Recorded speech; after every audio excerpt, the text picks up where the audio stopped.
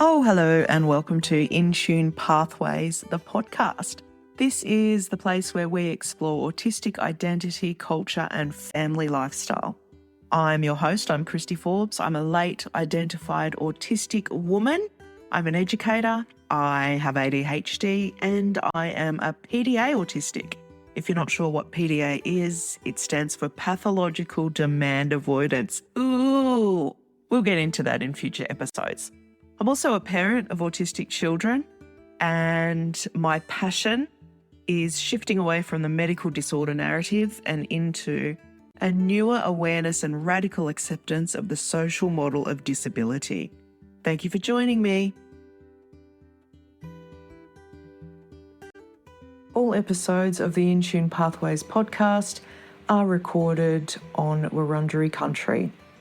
The Wurundjeri and Woiwurrung people are the traditional custodians as part of the Kulin Nation.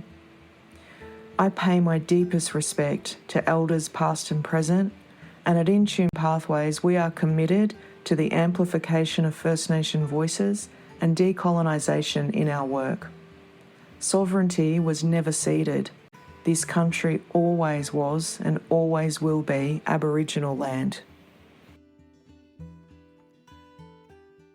I liked your podcast topic this week. Can you please chat some more about the recovery phase when switching from school to homeschool, the stages of recovery? Yeah, I can. I think it looks different for every family. I think the reason I wanted to talk about that on the podcast last week is because I think we're so accustomed to the conditioning we have around what healthy looks like and what recovery looks like that we lose sight of when our children are actually doing really well when they have, say, a PDA profile, or they're autistic, or they're in burnout, whatever it is.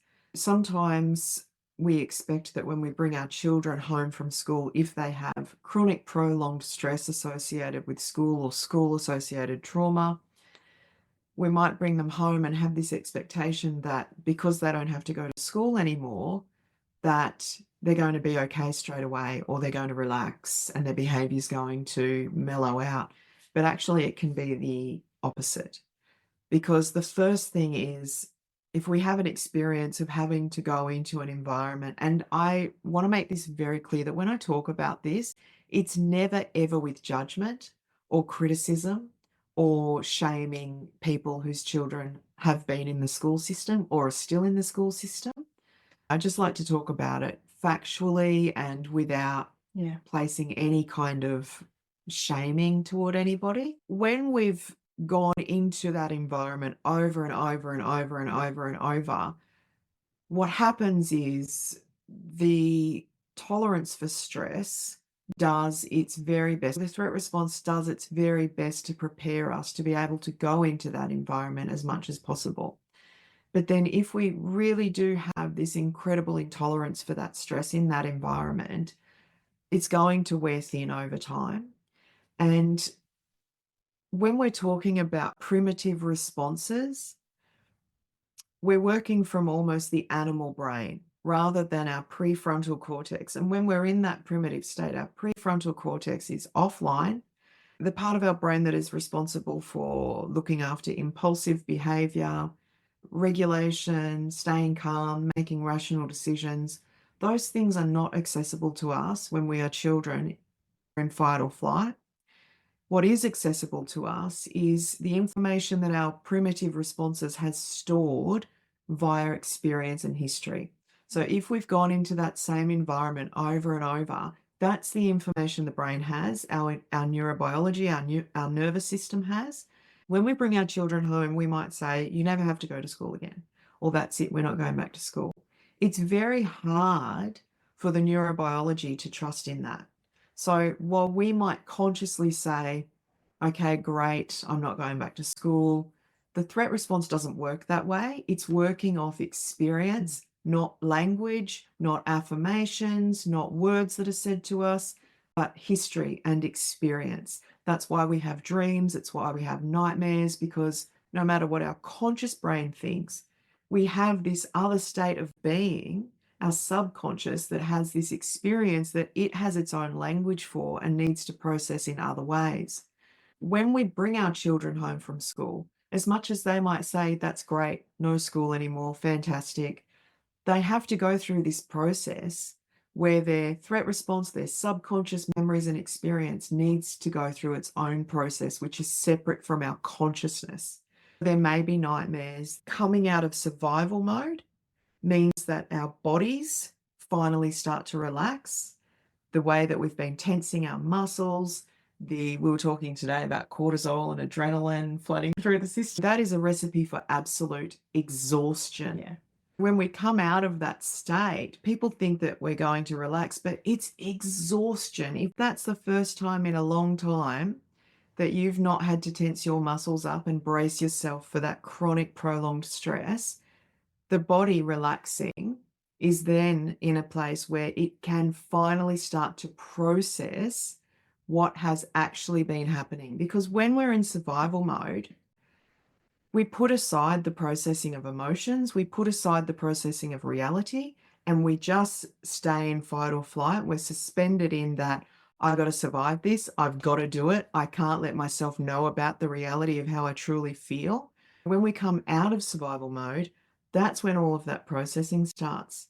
The memories about things that teachers have said or done, they might seem really insignificant to us as parents, but for our children, they might have had a really big impact. So they might start talking through situations and scenarios a lot. They might start again with the nightmares and the dreams. Their sleep may shift into a cycle where they are awake all night and sleeping during the day because their brain, in its wisdom, is looking for the safest way for them to have their needs met. We do a lot of talking about this being dysfunctional, where children with a PDA profile, especially when they've come out of survival mode, start sleeping through the day and being awake all night. But it's actually a really clever way for their neurobiology to be able to find a time of day where they feel the safest and can actually sleep. Because when you're asleep during the day, no one's making any demands of you and you're safe. The rest of the world is awake, keeping watch over you. There's people there to keep you safe and secure. But during the night, it doesn't feel like it's a good use of our time to be sleeping because if we are awake during the night, again, there's no demands put on us because everybody else is asleep and we can use that time to game or do whatever we need to do. So it's not so much that a child is refusing or saying, no, I won't sleep. It's a neurobiological process and it cycles. It needs to move through that cycle of trusting we're not going back to school or we are safe. It's not so much we're not going back to school, it's there really is safety. Along with that process is the resistance to comply with anything. Because if you have a neurobiological response that is, I'm now out of threat response and I'm out of survival mode and I can relax, any tiny hint or indication of you having to comply with something again could be a threat that indicates that this is all starting again. It might be starting with, it's time to brush your teeth. That might have been a part of a routine to go to school, but it could also just be that taking orders, which is what it feels like for a PDAer, would be completely unsafe because we've been doing that for all of this time and now we're chronically stressed or chronically ill or burnt out. So again, the neurobiological process is really wise and there's a really important reason that children are not able to bathe, they're not able to brush their teeth, their hair becomes matted, their sleep is disrupted. If they were toilet trained before, they may start bedwetting. These are also signs of trauma. They can be signs of trauma. All of these things are things that we expect of PDA children when they come out of prolonged stress. And what happens is we get caught up in what's happening and we only see that all these distressing things are happening. They're not sleeping when they should. Their food and their eating will probably change as well because their need for food changes. If we strip away the consciousness And look at the fact that humans are animals. And we think about the fact that this person has been in a state of stress for a really long time and then they come out of it. The types of food that they're going to choose will probably change.